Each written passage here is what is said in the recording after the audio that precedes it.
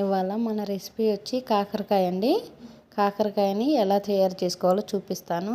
అస్సలు చేదు ఉండదు, ఒకసారి ట్రై చేసి చూడండి. ముందుగా కాకరకాయలన్నీ ఇలా చెక్కు తీసి పక్కన పెట్టేసుకుందాము. దీంట్లో ఒక స్పూన్ ఉప్పు వేసుకొని ఉప్పు అంతా కాకరకాయలకి పట్టేలాగా ఇలా మొత్తం రఫ్ చేయాలండి. రఫ్ చేస్తే మనకి చేదు అనేది చాలా వటికి పోతుంది. అన్నిటికీ ఇలా ఉప్పు పట్టించేసి మూత పెట్టేసుకుందాము. ఇప్పుడు ఒక 10 నిమిషాల తర్వాత దీంట్లో కొన్ని వాటర్ పోసుకొని కాకరకాయని శుభ్రంగా ఇలా రుద్ది కడిగి పక్కన పెట్టుకోవాలండి.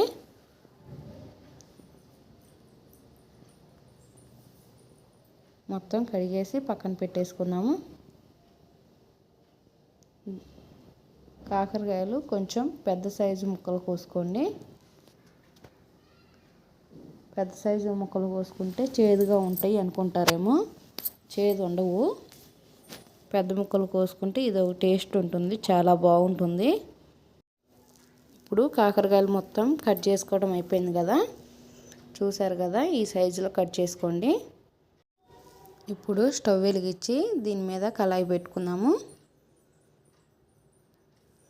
కళాయిలో డీప్ ఫ్రైకి సరిపడా ఆయిల్ పోసుకుందామండి.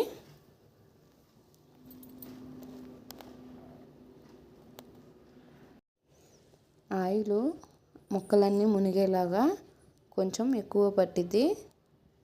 తర్వాత మనం నూనె పక్కకు తీసేసుకోవచ్చు. నూనె కొంచెం ఎక్కువ వేసుకోండి. కాకరకాయలు మనకి బాగా ఫ్రై అవ్వాలి, ఉడకాలి అంటే నూనె కొంచెం ఎక్కువే పట్టిద్ది. ఆయిల్ బాగా హీట్ ఎక్కిందాక ఉంచుకోండి. ఇలా చేయి పెట్టినప్పుడు సెగ తగలాలి, అప్పుడు బాగా కాలినట్టు నూనె. ఇప్పుడు మనం సైడ్ నుంచి కాకరకాయ ముక్కలను వేసుకుందాము. వేసేటప్పుడు జాగ్రత్తగా వేసుకోండి, నూనె చిందులు పడతాయి కదా, ఒక సైడ్ నుంచి వేసుకోండి నిదానంగా. మనం ఏ పని చేసేటప్పుడైనా కొంచెం జాగ్రత్తగా ఉన్నా లేకపోయినా ఆయిల్ కాడ మాత్రం చాలా అంటే చాలా జాగ్రత్తగా ఉండాలి.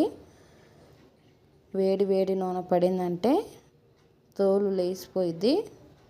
అసలుకే చలికాలం కదా, ఇంకా నొప్పి మంట తట్టుకోలేము. అందుకని నూనె కాడ ఉండేటప్పుడు జాగ్రత్తగా ఉండండి ఎవరైనా సరే. ఇవి మనం చిన్నగా అటు ఇటు కలుపుతూ ఫ్రై చేసుకుందాము. కాకరకాయలు ఇలా కలర్ వచ్చే విధంగా వేయించుకోండి. మనకి కాకరకాయ ఇలా గెంటితో నొక్కినప్పుడు ఇలా తునిగిపోతుంది. కాకరకాయలు బాగా ఉడికిపోయినాయి కదా.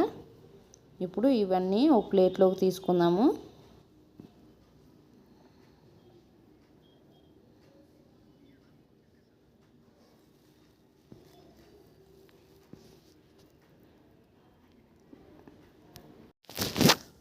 ప్లేట్లోకి మొత్తం తీసేసుకున్న తర్వాత ఇవి ఒక పక్కన పెట్టి మూత పెట్టేసుకుందాం, వీటి మీద గట్టి పడకుండా. ఇప్పుడు నూనె గిన్నెలోకి ఉంచుకొని దీంట్లో 2 స్పూన్ల దాకా ఆయిల్ ఉంచి ఇప్పుడు తాలింపు గింజలు వేసుకుందాము. కొన్ని ఆవాలు వేసుకోండి. దీంట్లో కొంచెం పచ్చిపప్పు వేసుకోండి. దీంట్లో తాలింపు గింజలు కొంచెం ఎక్కువ వేసుకోండి. ఇప్పుడు కొన్ని మినపప్పు వేసుకుందాము.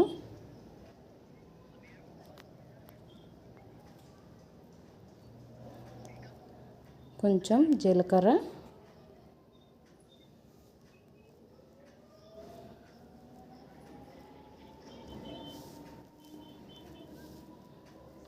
దీంట్లో ఒక ఎండుమిరపకాయ తుంచి వేసుకోండి. ఇది మొత్తం ఒకసారి కలిసేలాగా కలుపుకుందాము. తాలింపు గింజలు ఎర్రగా వచ్చే విధంగా వేపుకోండి.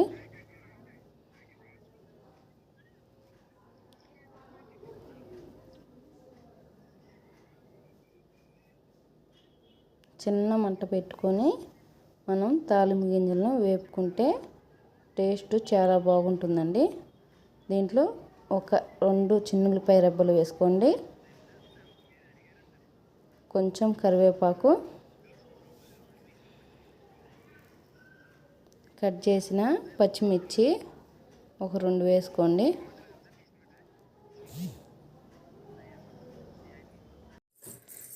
పచ్చిమిర్చి కరివేపాకు కొంచెం లేటుగా వేసాం కాబట్టి తాలింపు అనేది మాడకుండా తాలింపు కొంచెం పక్కకని ఇవి మధ్యలోకి తీద్దాము. అప్పుడు సమానంగా వేగుతాయి. ఇప్పుడు కట్ చేసిన ఉల్లిపాయ ముక్కలను వేసుకుందాము. ఒక పెద్ద సైజు ఉల్లిపాయ తీసుకున్నాను నేను. ఇది చిన్న ముక్కలుగా కట్ చేసి వేసుకోవాలి. ఇవి ఒకసారి మొత్తం కలిసేలాగా కలుపుకుందాము. కాకరకాయ ఇలా చేసుకుంటే మనకు అసలు చేదు అనేది అనిపించదండి. ఇవి కొంచెం వేగిన తర్వాత దీంట్లో కొంచెం అల్లమును చిన్నులపాయ పేస్ట్ వేసుకుందాము.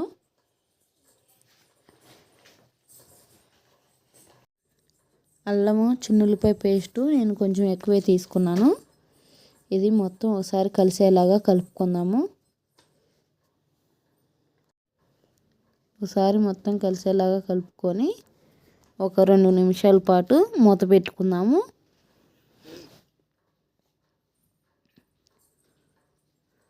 ఇప్పుడు ఒక పావు టీ స్పూన్ పసుపు వేసుకోండి. పసుపు వేసుకొని ఇది మొత్తం కలిసేలాగా కలుపుకుందాము.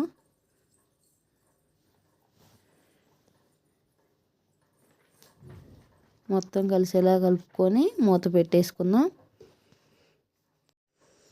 మీరు ఎప్పుడైనా కాకరకాయ ఇలా ట్రై చేస్తుంటే కామెంట్ చేయండి. ఇది ఒక 2 నిమిషాల పాటు ఉంచేసి తర్వాత మనం వేయించుకున్న కాకరకాయ ముక్కలు ఉన్నాయి కదా, అవి వీటిల్లో వేసుకుందాము.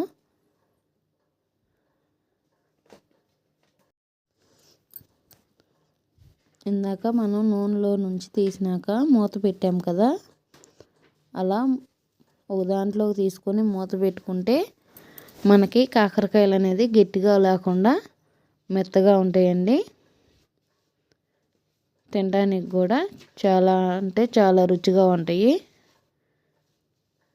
ఇది మొత్తం ఒకసారి కలిసేలాగా కలుపుకుందాము.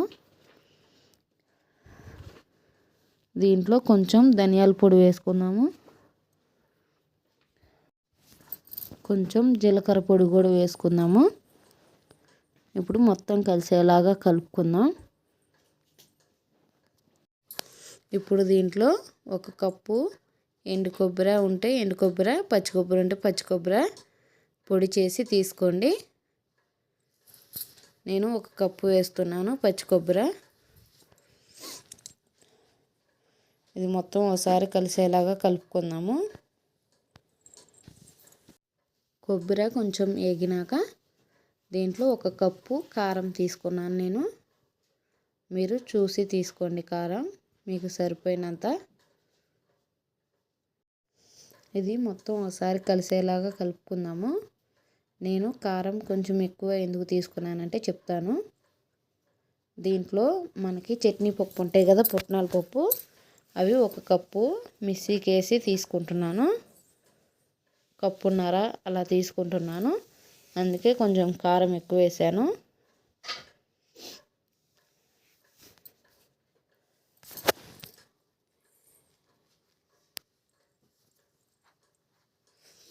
ఇది మొత్తం ఒకసారి కలిసేలాగా కలుపుకోండి. కాకరకాయ ఇలా చేయని వాళ్ళు ఉంటే ఒకసారి ట్రై చేసి చూడండి. చాలా అంటే చాలా టేస్టీగా ఉంటుంది. ఇది మొత్తం కలిసేలాగా కలుపుకుందాము. కలుపుకున్న తర్వాత దీంట్లో రుచికి సరిపడా ఉప్పు వేసుకోండి. నేను దీంట్లో మసాలా కారం వేసాను కాబట్టి మసాలా కారం అయితే ఉప్పు చాలా తక్కువ పట్టిద్దండి. అందుకే లాస్ట్లో వేసాను. మీరు ఉప్పు చూసి వేసుకోవాలి. కాకరకాయ అయితే రెడీ అయిపోయింది. ఇంకా స్టవ్ ఆపేసుకుందాము. చూశారు కదా, కాకరకాయ ఇలా చేసి చూడండి, అస్సలు చేదు ఉండదు. నచ్చితే లైక్ చేయండి, షేర్ చేయండి, సబ్స్క్రైబ్ చేసుకోండి. Bye bye.